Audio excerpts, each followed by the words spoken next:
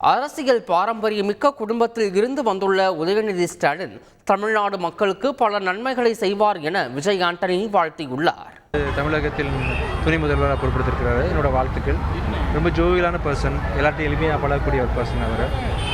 கண்டிப்பாக மக்களாக நின்று ரொம்ப இயல்பாக பழகி அவருக்கு பாரம்பரியமும் இருக்கு இல்லையா, அவருக்கு தெரியும் என்னென்ன விஷயங்கள் சின்ன வயசுலேருந்தே அவரோட நிறைய அனுபவம் பார்த்துருப்பார். தாத்தாலேருந்து அப்பாலேருந்து என்ன பண்ணணும் என்ன பண்ணக்கூடாதுன்றது அவருக்கு தெரியும்.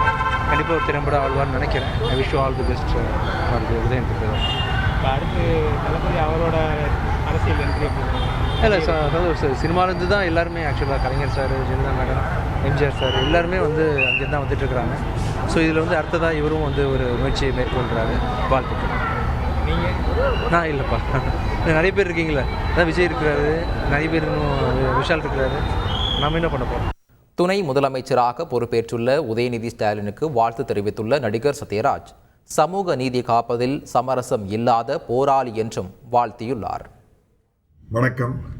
இளைஞர் நலன் விளையாட்டு மேம்பாட்டுத்துறை அமைச்சராக இருக்கும் மாண்புமிகு அன்பு தம்பி உதயநிதி ஸ்டாலின் அவர்கள் துணை முதல்வராக பொறுப்பேற்றிருப்பது மற்றற்ற மகிழ்ச்சியை அளிக்கிறது.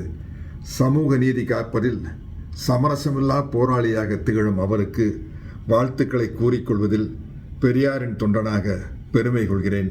நன்றி, வணக்கம். துணை முதலமைச்சர் உதயநிதி ஸ்டாலினுக்கு நடிகர் ரஜினிகாந்த் வாழ்த்து தெரிவித்துள்ளார். துணை முதலமைச்சராக பொறுப்பேற்றுள்ள உதயநிதி ஸ்டாலினுக்கு அமைச்சர் பெருமக்கள், சட்டமன்ற மற்றும் நாடாளுமன்ற உறுப்பினர்கள் என பலரும் வாழ்த்து கூறி வருகின்றனர். இந்நிலையில் நடிகர் ரஜினிகாந்த் அலைபேசி மூலம் துணை முதலமைச்சர் உதயநிதி ஸ்டாலினுக்கு வாழ்த்து தெரிவித்துள்ளார். செய்திகளை உடனுக்குடன் தெரிந்து கொள்ள உடனே சப்ஸ்கிரைப் பண்ணுங்க.